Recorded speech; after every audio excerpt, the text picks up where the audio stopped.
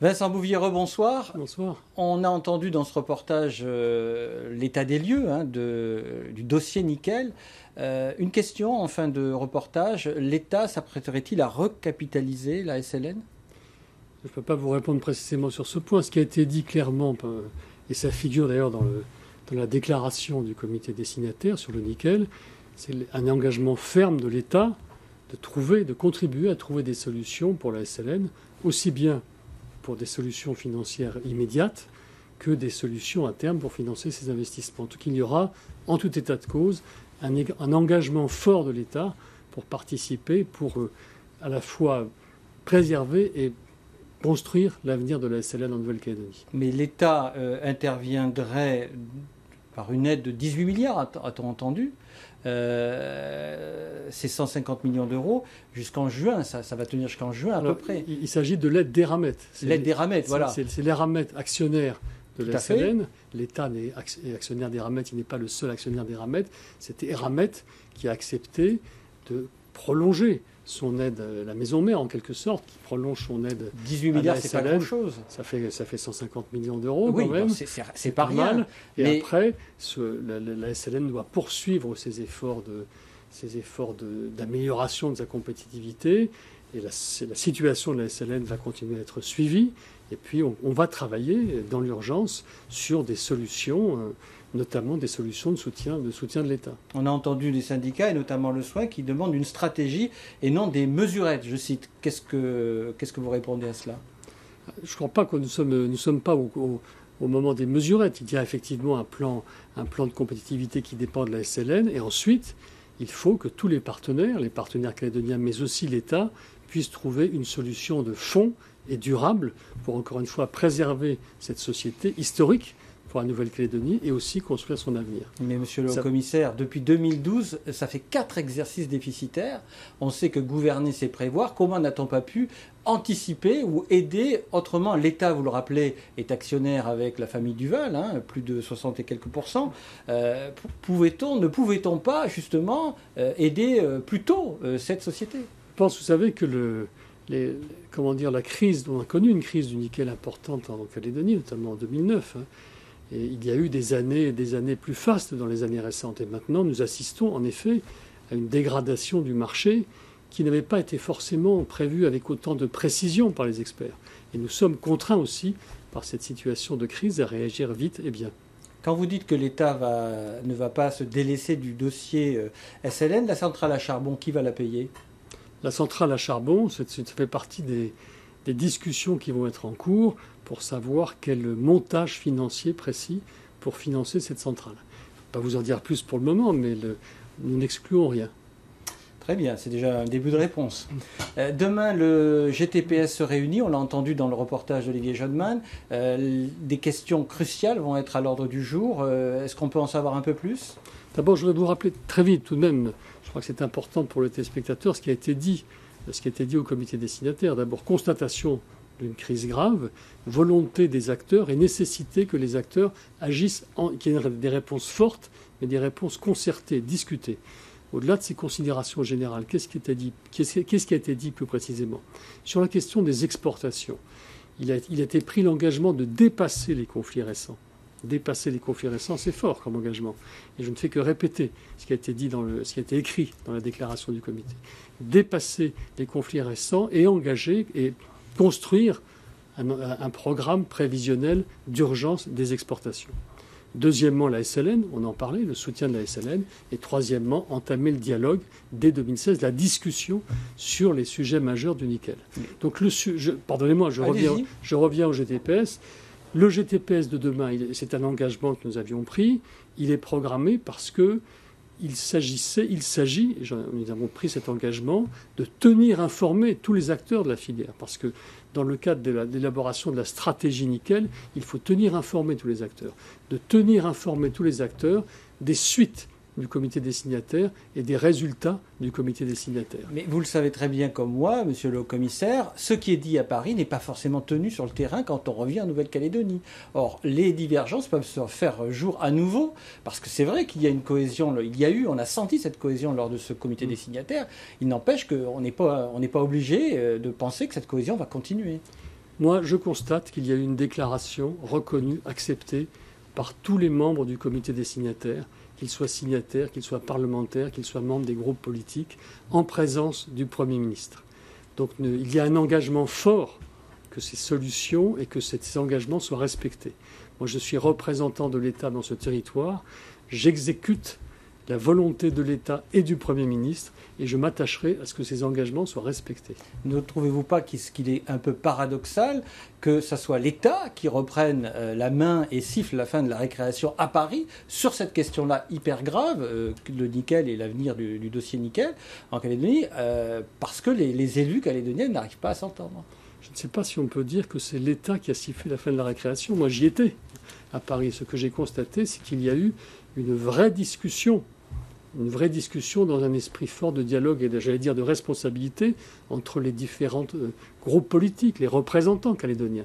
Certes, avec la participation de l'État, le soutien de l'État, mais ce n'est pas l'État qui a sifflé la fin de la récréation. Nous avons tous ensemble sifflé la fin de la récréation. Très bien. L'État, quand même, enfin Manuel Valls, le Premier ministre, a quand même décidé et déclaré de s'impliquer fortement dans le dossier de la Nouvelle-Calédonie. Absolument, je confirme, et vous savez qu'il va venir en Nouvelle-Calédonie dans quelques semaines maintenant. Alors l'autre question de ce comité des signataires, 14e du genre, c'est la question du corps électoral. On a entendu, et dans les conclusions, on utilise le mot de régler le corps. La question du corps électoral provincial a été réglée selon les termes. Est-ce que tout le monde ne l'entend pas de la même façon? On a entendu Lucet qui disait que c'était juridiquement pas terminé. Alors, d'abord, 2 mots là-dessus, parce que c'est un sujet très complexe. Il s'agit précisément du conflit électoral sur les élections provinciales. Tout à fait. Donc, ce qui a été décidé, il y a eu une évaluation quantitative, je ne reviens pas dans les détails, et à la suite de cette évaluation, on a abouti au résultat que pour 1062 électeurs, on n'avait de traces d'eux qu'après 1998, on n'avait pas de traces d'eux du tout. Donc, il s'agit d'examiner de près la situation de ces 1092 électeurs. Donc ce que nous avons fait, nous, au commissariat, on va les prévenir pour qu'ils puissent se préparer et puis qu'ils puissent présenter leurs argumentations pour être quand même électeurs. J'ai signé des lettres aux 1092 électeurs et puis ensuite ils pourront présenter leurs arguments devant les commissions administratives spéciales. Après, il y a eu des remarques de certains groupes politiques, vous l'avez rappelé à l'instant. Moi, ce que je constate, c'est que les groupes politiques sont représentés au comité des signataires, que les groupes politiques présents au comité des signataires ont signé ce compte-rendu et sont convenus que, en effet, la question était réglée politiquement, même si certains, par ailleurs, qui étaient présents au comité des signataires, ont pu exprimer des réserves, mais ont reconnu cependant que la question politique était réglée. Pourtant, l'opinion affirme que l'État cherche à gagner du temps pour bien passer le cap de la présidentielle de 2017 sur ce dossier.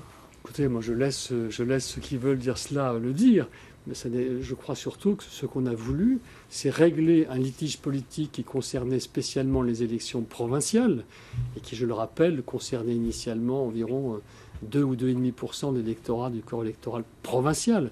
Mais je crois que c'était important de le régler. C'est pour ça que l'État a voulu le régler avec d'autres, parce que ce débat sur les provinciales, j'allais dire, polluait la vie politique calédonienne depuis plusieurs années. Il fallait avancer et il fallait notamment préparer dans la sérénité la consultation de sortie. Alors, on règle politiquement l'affaire, enfin cette question qui est importante. Il y a des contreparties qui ont été données à certains ou pas? Il n'y a pas eu de contrepartie, ce n'était pas un marchandage. Il y a une discussion serrée, précise, sur la façon de faire. On n'a pas marchandé le règlement du litige contre autre chose. Est-ce que les commissions de révision vont plancher sur ces questions de liste spéciale, provinciale, la liste référendaire? Donc rien n'est totalement terminé aujourd'hui. Rien n'est totalement terminé. Pour reprendre le calendrier, révision des listes provinciales en mars et avril, et ensuite viendra la période d'établissement de la liste électorale pour la consultation de sortie. Alors pour être précis là-dessus, pour la consultation de sortie, les inscriptions, la période d'inscription a commencé du 1er janvier 2016 jusqu'à fin avril, et puis après va s'ouvrir la période du travail des commissions administratives qui vont procéder à l'établissement effectif de la liste. Et dans cet examen, les fameux IMM vont être étudiés, ces fameux intérêts matériels et moraux. Est-ce qu'on a fait assez de pédagogie par rapport à cette question? Parce que je pense que certains Calédoniens ne savent pas ce que c'est. Les intérêts, oui, alors deux mots là-dessus. En deux mots. Deux mots. Les intérêts matériels et moraux, c'est pouvoir apporter la preuve qu'on a un attachement, une durée de résidence et, comment dire, une présence, un travail, un attachement au sens le plus large du terme au territoire calédonien pour pouvoir être qualifié d'électeur. Mais deux mots quand même pour compléter ma réponse sur la consultation de sortie. Vous savez que sur la consultation de sortie, il y aura des inscriptions d'office, des gens qui seront inscrits sans faire de démarche précise. On va les informer. Ce sera presque 145 000 électeurs, soit à peu près 90% de l'électorat par la consultation de sortie.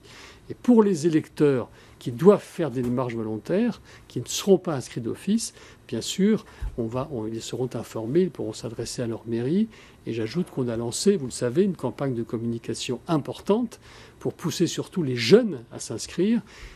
Avec un site internet dédié. Et nous avons ouvert un site internet dédié au commissariat où chacun, avec un questionnaire très simple, peut repérer sa situation.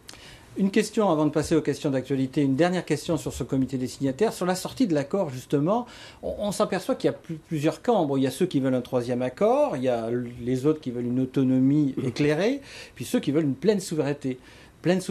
Est-ce que la question qui va être posée, elle va être, semble-t-il, compliquée, les termes de la question? Est-ce qu'on a déjà réfléchi là-dessus? On réfléchit beaucoup. Les termes de la question, ils sont fixés par l'accord de Nouméa, vous le savez, les termes de la question. Mais Après, qu'est-ce qu'on va faire en 2016? C'est comme pour le nickel, toute chose égale par ailleurs. Maintenant, le souhait qui a été émis en comité des signataires, c'est que 2016 soit l'année d'une vraie discussion. Vraie discussion sur l'avenir institutionnel, vraie discussion sur le nickel. Où on part des points de divergence, des points de convergence, et on ouvre entre groupes politiques avec le soutien, l'animation de l'État, sous des formes qui ne sont pas encore complètement déterminées, mais une vraie discussion pour voir comment les points de vue peuvent se rapprocher. Parce qu'en 2017, on n'aura plus le temps, on sera dans la séquence Je pense que présidentielle. L'année 2016 est décisive. Et de législative, puisque là encore, il y aura aussi des mandats qui seront remis en jeu. On passe aux questions d'actualité, parce qu'on arrive presque à la fin de l'entretien. On l'a vu, Fidji est sous un cyclone, et un cyclone est passé. L'État, la Nouvelle-Calédonie, va faire quelque chose au titre de la coopération régionale? Je pense, oui, d'abord, vous l'avez tout à fait bien dit dans le reportage tout à l'heure, on est maintenant au moment du bilan pour savoir exactement ce qui s'est passé. Moi, je voudrais d'abord, en tant que représentant de l'État, ici, exprimer ma sympathie, mon soutien, au nom de tous les Calédoniens d'ailleurs, aux Fidjiens qui viennent de subir une épreuve terrible, avec le cyclone peut-être, dit-on, le plus puissant dans le Pacifique Sud. Donc après, il y a l'heure du bilan. Donc c'est l'État fidjien qui fait le bilan et qui, par là, nous dira très précisément ce dont il a besoin. J'ajouterai simplement qu'on a anticipé. J'ai déjà indiqué à notre ministère des Affaires étrangères les moyens dont on disposait ici. Nous avons déjà pris contact avec les consuls généraux d'Australie et de Nouvelle-Zélande, puisque vous savez que nous sommes liés par des accords de sécurité civile qu'on appelle les accords France, et que nous allons mutualiser nos moyens. Une question sur l'insécurité qui règne en ce moment dans le pays, en Calédonie. Beuverie, attaque des forces de l'ordre, bagarre. Hier, Gaël Yano, sur ce plateau, disait que vous ne réalisiez pas, l'État ne réalise pas le degré d'insécurité qui règne en ce moment. Vrai ou faux?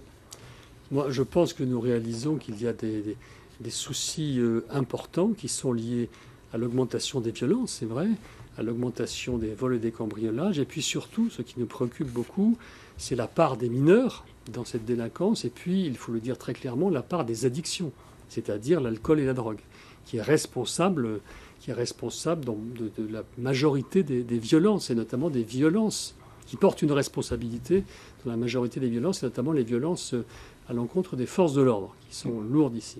Donc, pour répondre très brièvement là-dessus, la réponse est la présence des forces de l'ordre sur le terrain, la présence adaptée aux lieux et aux moments les plus sensibles, j'allais dire, mais aussi, on ne peut pas faire l'économie d'une réponse plus générale La délinquance, la sécurité, bien sûr, c'est au premier chef l'affaire de l'État et de son représentant, mais il faut un travail de fond sur les aspects de formation, d'insertion, de prévention, avec l'ensemble des Calédoniens. Parce qu'une partie de la jeunesse est quand même en perdition, monsieur le commissaire. Une partie de la jeunesse calédonienne est sur le bord du chemin, et elle doit être l'avenir de ce pays.